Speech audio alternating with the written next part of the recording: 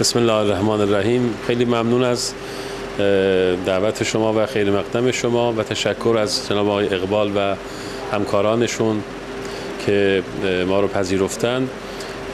آنچه که من از شبکه وش تیوی ذهنیت دارم و میفهمم اینه که یک شبکه‌ای است که دایر شده تا دردهای مردم رو خالصانه بیان کنه و افرادی رو که در سطح پایین قرار گرفتن به جایگاه خودش از طریق رسانه برسونه و این در واقع همون چیزیه که پیامبر ما و دین ما و انسانیت دنبال همینه. در واقع شعار وش تیوی شعار انسانیت و انسان بودنه. خب ایران و پاکستان حوزه تمدنی مشترک دارن. جناب آقای دکتر خودشون استحضار دارن که ایران و کشور پاکستان به ویژه بلوچستان از قدیم الایام با هم بودن، هنوز هم با همن.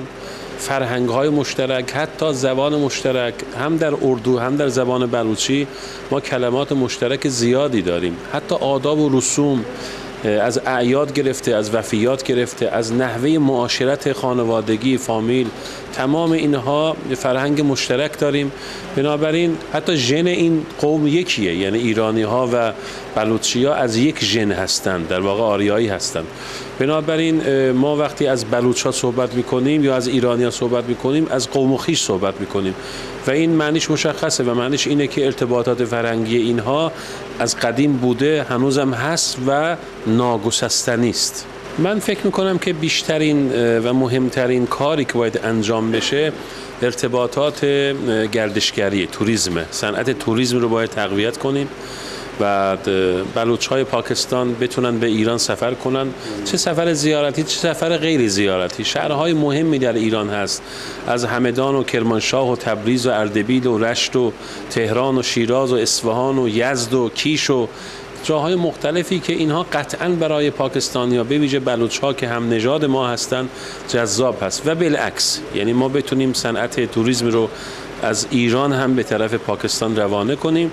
اولین کار اینه. دومین کاری که به نظر من بسیار تاثیرگذاره جذب دانشجویان هست، چه به صورت بورسیه و چه به صورت پرداخت شهریه متقابل، یعنی هم دانشجویان پاکستانی برن در دانشگاه‌های مختلف ایران تحصیل کنن و هم برعکس. ما به عنوان خانه فرهنگ جمهوری اسلامی ایران داریم این کار رو انجام میدیم. همین امسال حدود نزدیک 50 نفر دانشجوی پاکستانی از شهرهای مختلف جذب کردیم و از یکی دو هفته دیگه در دانشگاه‌های ایران به صورت بورسیه مشغول تحصیل خواهند شد.